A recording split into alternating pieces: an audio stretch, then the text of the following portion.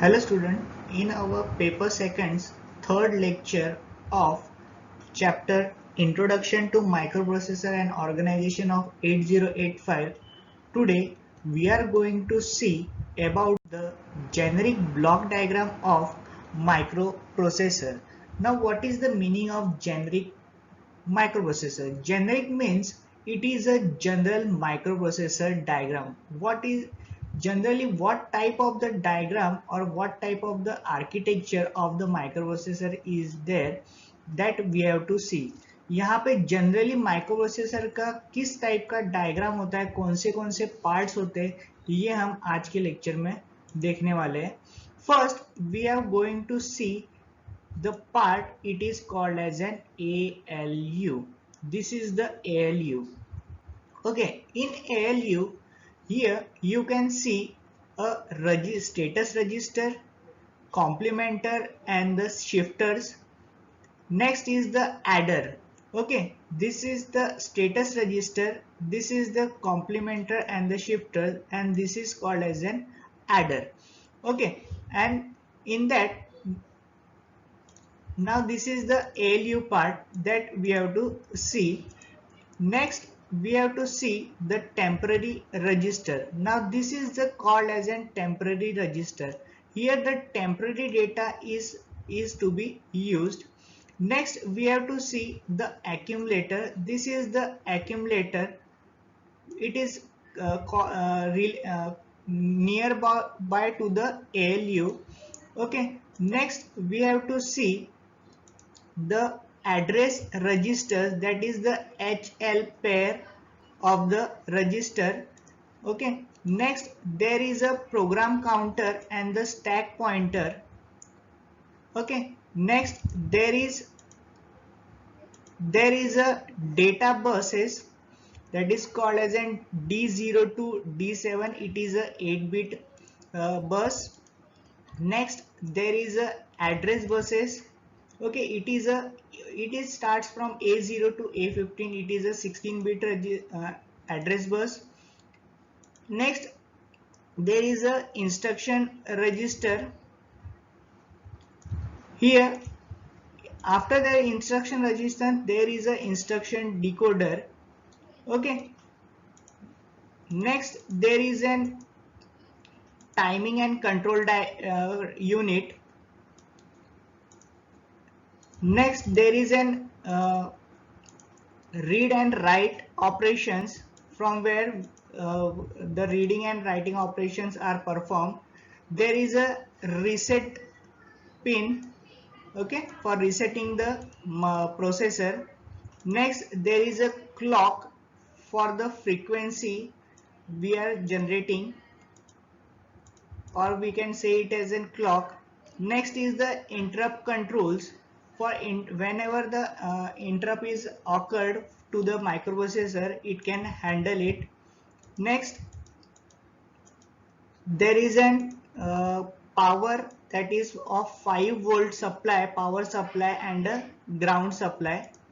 Okay, now we have to see one by one for the blocks for this generic microprocessor. Now this microprocessor generic has the following blocks. First is the arithmetic and logical unit. Second, there are several registers for the storage. First is the instruction register, accumulator, stack pointer, status register, temporary register, data and the address registers. Third is the program counter. Fourth is the instruction decoder. Fifth is the timing and the control section. Sixth is the buffer, bus buffer and the latches. Seventh is the internal buses and the control unit. Eighth is the control unit and its outputs. And ninth is the interrupt controls. Okay, now we have to see one by one this block in brief. Now first is the arithmetic and logical unit. In last lecture also we have seen the arithmetic and logical units block diagram. This unit performs all the arithmetic and logical operation, सभी के सभी जो भी addition होते हैं, subtraction होते हैं, जो भी एंड और एंड एक्सक्लूसिव और ऑपरेशंस होते हैं, रोटेट ऑपरेशंस होते हैं, ये सब कुछ इस यूनिट के अंदर परफॉर्म होता है। The operation in this unit affects the status registers. Okay, जो भी कोई रिजल्ट आता है इससे स्टेटस रजिस्टर्स के ऊपर अफेक्ट होता है, that is called also called as an flag register. The results are of from the ALU are stored in accumulator. जो भी कोई रिजल्ट आएगा, जो भी कोई परफॉर्म होने वाला जो भी कोई ऑपरेशन होगा अरिथमेटिक और लॉजिकल यूनिट के अंदर, इसका जो भी कोई रिजल्ट्स होता है वो स्टोर होता है हमारे एक्यूमुलेटर के अंदर। Next we have to see the several registers. कौन से रजिस्टर है? First important is the accumulator. What is accumulator? जैसे पहले बताया था, accumulator is a 8-bit register. It stores the 8 bit of data, और जो भी कोई ALU के अंदर जो भी परफॉर्म होने वाला अरिथमेटिक ऑपरेशंस है, उसका जो भी कोई रिजल्ट होगा वो एक्यूमुलेटर के अंदर स्टोर होता है। Next is the instruction register. जो भी इंस्ट्रक्शन हम लोग देने वाले हैं ALU माइक्रो प्रोसेसर को, ये सभी का सभी स्टोरेज जो भी इंस्ट्रक्शन रहेगा वो इंस्ट्रक्शन रजिस्टर के अंदर स्टोर होता है। This is a 8-bit register. The first byte of an instruction is stored in this register. जैसे अगर मैंने कोई भी अगर दो नंबर का एडिशन अगर मैंने परफॉर्म किया, अगर मैंने वहां पे फायर किया 8 ऐड 8 प्लस 8, तो जो प्लस इंस्ट्रक्शन रहेगा या हम लोग बोलेंगे ऐड इंस्ट्रक्शन, वो कहाँ पे स्टोर होगा? तो ये इंस्ट्रक्शन रजिस्टर में से स्टोर होता है। Next is the status register. Status register is also called as an flags. ये फ्लिप फ्लॉप से बनता है, which consist of flip flops that are set और रीसेट। सेट एंड रीसेट का मीनिंग होता है 1 और 0। सेट अगर बोलेंगे यानी वो फ्लैग क्या हो गया? 1 हो गया, और रीसेट अगर बोलते हैं तो वो क्या हो गया? 0 हो गया, according to the data condition in the accumulator. Accumulator के अंदर जो भी रिजल्ट आता है उस हिसाब से ये जो फ्लैग रजिस्टर होते हैं वो सेट और रीसेट होते हैं। जेनरिक माइक्रोप्रोसेसर के अंदर दो ही टाइप के फ्लैग्स होते हैं, 0 एंड द कैरी। यानी क्या होता है, जो भी आंसर अगर एक्यूमुलेट ALU के अंदर अगर 0 आता है, अगर दोनों भी सपोज 8 - 8 ये मैंने किया हुआ कैलकुलेशन है, इसका रिजल्ट क्या आएगा? 0 आएगा। यानी एक्यूमुलेटर में वैल्यू क्या स्टोर होगी? तो 0 स्टोर होने वाली है।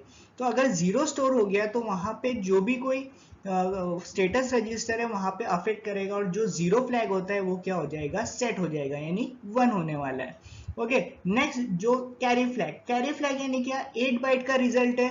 अगर सपोज 1 1 1 1 8 टाइम्स अगर मैंने 1 लिया है और वहां पे एडिशन करके 8 टाइम्स 1 का अगर मैं एडिशन करूंगा, जो भी रिजल्टन होगा वो 9th बिट में जाने वाला है। 9th बिट में जाएगा, यानी वहां पे क्या होगा? कैरी जनरेट होगा। कैरी अगर जनरेट होता है तो क्या होता है? कैरी फ्लैग क्या होता है? सेट होता है। Next is the temporary register. This register is used to hold the data during the arithmetic and logical operation. अगर टेम्परेरीली मुझे अगर कहीं पे डेटा को अगर स्टोर करना है तो हम लोग ये टेम्पररी रजिस्टर का यूज करते हैं। Stack pointer is a collection of memory location. जो भी मेमोरी लोकेशन का जो भी एड्रेस होता है ये यहाँ पे स्टोर होता है। It is a 16-bit register. ये 16-bit का रजिस्टर है, इसको हम लोग बोलते हैं stack. Stack is a read write memory use to temporary storage. Temporary storage के लिए हम लोग ये मेमोरी का या फिर रजिस्टर का हम लोग यहाँ पे यूज करते हैं। Okay, next is the data register, data and the address register. Data and the address register,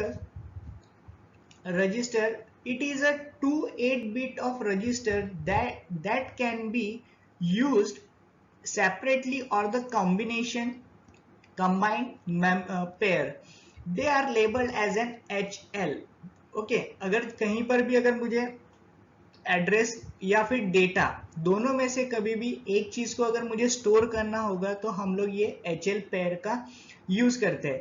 ये दोनों भी 8 बिट के रजिस्टर होते हैं। H जो रहेगा वो 8 बिट का रजिस्टर रहेगा, L जो रहेगा वो 8 बिट का रजिस्टर रहेगा।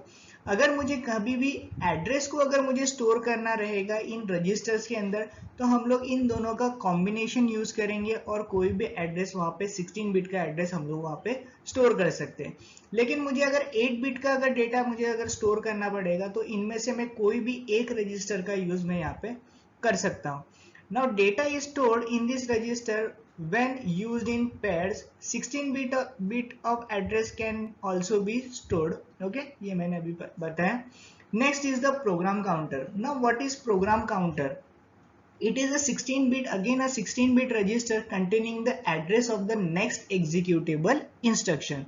यहाँ पे क्या होता है कि जो भी हमारा अगर कोई भी एक प्रोग्राम अगर रहता है, ALP का एक प्रोग्राम रहेगा जो हम लोग नेक्स्ट चैप्टर में देखने वाले हैं, तो यहाँ पे नंबर ऑफ इंस्ट्रक्शन रहेंगे। तो प्रोग्राम काउंटर क्या करता है, जो भी नेक्स्ट इंस्ट्रक्शन को जब भी एग्जीक्यूशन के लिए आएगा वो वहां पे स्टोर करता है, उसका एड्रेस वहां पे स्टोर करता है। इट कैन बी इंक्रीमेंटेड और reset by the control section. उसको अगर इंक्रीमेंट करना है, बढ़ाना है या फिर उसको रीसेट करना है, ये सब काम कौन करता है, तो कंट्रोल सेक्शन वहां पे करता है।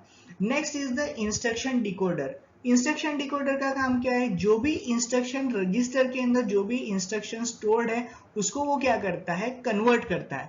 Okay, the interrupts that contains the instruction register that determines exact steps to be followed in the executing the entire instruction. जो भी पूरा इंस्ट्रक्शन जो भी रहेगा वो क्या करेगा, उसको इंटरप्रेट करेगा, कन्वर्ट करेगा और वो डिकोडर उसको क्या करेगा, कन्वर्ट करेगा। It directs the control section accordingly. जो भी कोई परफॉर्म होने वाला इंस्ट्रक्शन है वो उस हिसाब से कंट्रोल सेक्शन को वो क्या करेगा, डायरेक्ट करने वाला है। Next is the timing and control section. This section receives the signals from the instruction decoder to determine the nature of instruction to be executed. यहाँ पे जो भी हम लोग ने इंस्ट्रक्शन डिकोडर के अंदर जो डिकोडिंग किया हुआ इंस्ट्रक्शन था, ये क्या करेगा, ये सेक्शन क्या करेगा, वहां से डिकोडिंग से सिग्नल लेगा और उस हिसाब से वो जो भी इंस्ट्रक्शन का नेचर रहेगा उस हिसाब से कंट्रोल एंड टाइमिंग सिग्नल वहां पे एग्जीक्यूट करेगा। Okay, timing and control signals are send to all parts of the microprocessor. जो भी यहाँ पे पूरे के पूरे जो सिग्नल्स रहेंगे टाइमिंग एंड कंट्रोल्स के, ये सब यहाँ से ही माइक्रोप्रोसेसर को सेंड होने वाले हैं।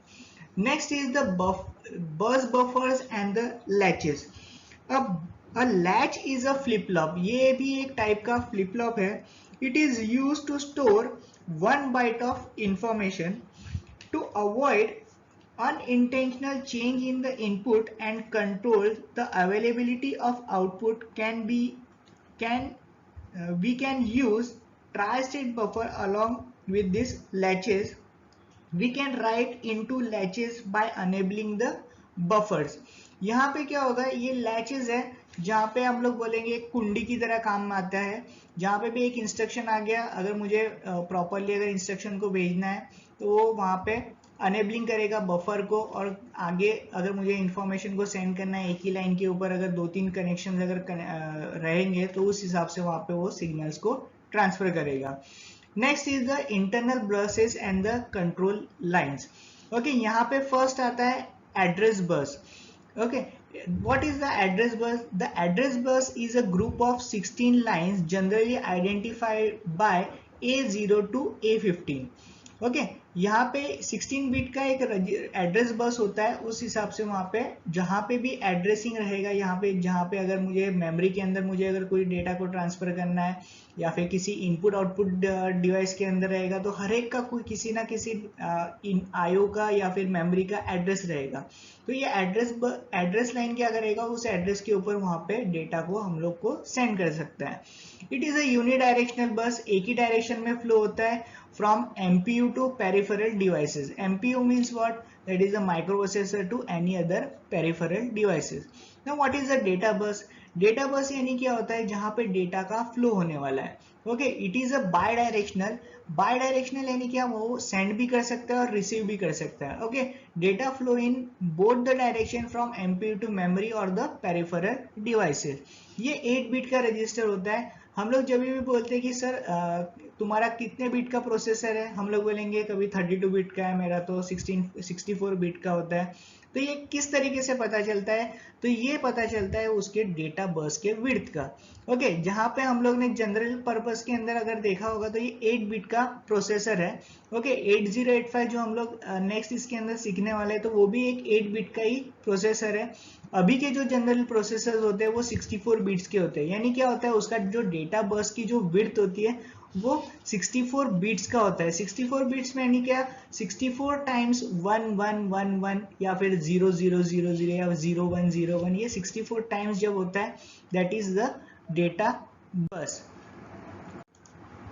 Next is the control input and the outputs and the interrupt controls. Okay, now what is control inputs? Resets and interrupt request, that is the INTR, are control inputs. इसी को हम लोग बोलेंगे control inputs. When reset is activated, all the internal operations are suspended and the program counter is cleared. Program counter के अंदर क्या होता है, तो नेक्स्ट इंस्ट्रक्शन का मेमोरी एड्रेस होता है। जब भी रीसेट पिन के ऊपर जब भी वो एक्टिव होता है तो जो भी कोई इंटरनल ऑपरेशन होते हैं वो स्टॉप करके वो प्रोग्राम काउंटर को 0 पे लेके आएगा, या हम लोग बोलेंगे उसको क्लियर कर दिया है। ओके, क्लियर करने के बाद में वहां पे क्या होगा, जो भी एग्जीक्यूटेड प्रोग्राम रहेगा वो क्या रहेगा, फ्रॉम स्टार्टिंग से वो आ जाएगा। The program execution from can be begin at the 0 memory address, यानी वो स्टार्टिंग पे आ जाएगा। Activating the INTR, MPU can be interrupted from the normal execution of the instruction and asked to the execute some instruction. जब भी INTR pin जब activate होगी MPU के अंदर, वो क्या करेगा, जो भी नॉर्मल एग्जीक्यूटेड प्रोग्राम रहेगा उसको स्टॉप करके जो भी इंस्ट्रक्शन उसको आया हुआ है वो इंस्ट्रक्शन को वो काम करने के लिए वहां पे बोलेगा। एक बेस्ट एग्जांपल, अगर सपोज मैं कोई भी काम कर रहा हूं, अगर सपोज मैं इंटरनेट सर्फिंग कर रहा हूं, वहां पे अगर मैंने पेन ड्राइव को अटैच कर दिया तो वहां पे क्या होता है, पॉपअप मैसेज आ जाता है। यानी क्या कर रहे हैं हम लोग, जो भी ब्राउजर अगर चला रहे हैं और उसके अंदर कोई पेन ड्राइव अगर अटैच किया, यानी वो क्या हुआ, जो चल रहा काम है उसको क्या किया, उसने इंटरप्ट कर दिया। और जो INTR बार है वो क्या करता है, कभी रिसेट अगर हो जाता है यानी प्रोग्राम उसको स्टॉप कर दिया, या हम लोग बोलते हैं कि रिस्टार्ट कर दिया मशीन्स को, यानी वो क्या करता है, पूरा जो भी एग्जीक्यूशन चल रहा है उसको क्या करेगा, 0 पे लेके आता है। Okay, the MPU resume its operation after the completion of other instruction called as an service routine. जैसे अगर मैंने अटैच किया पेन ड्राइव, यानी वहां पे क्या हुआ, दूसरा इंस्ट्रक्शन आ गया, दूसरा वो उसने एग्जीक्यूशन चालू कर दिया, यानी पॉपअप आता है कि वहां पे what to do with the pen drive. अगर हम लोग उसको कैंसिल करेंगे या फिर ओपन करेंगे, या फिर अगर मैंने उसको कैंसिल कर दिया तो वो क्या करेगा, ब्राउजर को वापस से एग्जीक्यूशन स्टार्ट कर देगा। That is called as an service routing. Next is the control output. This are the read write and control lines. ये read write and control lines होते हैं, यहाँ पे रीडिंग एंड राइटिंग होती है और उसको कंट्रोलिंग कर सकते हैं। An external crystal is connected between the X1 and X2।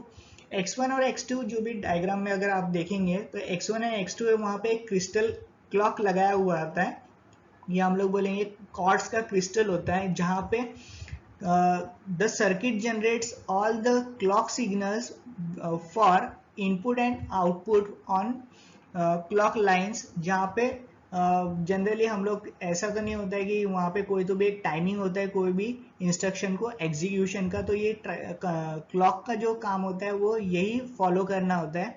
And this is use to synchronize action in entire system. यहाँ से ये पूरा के पूरा सिस्टम को कंट्रोलिंग या एक्शन या सिंक्रोनाइज करने का काम यहाँ से ही परफॉर्म होता है। Okay, thank you. Now if in next lecture we will see the next topic. Thank you.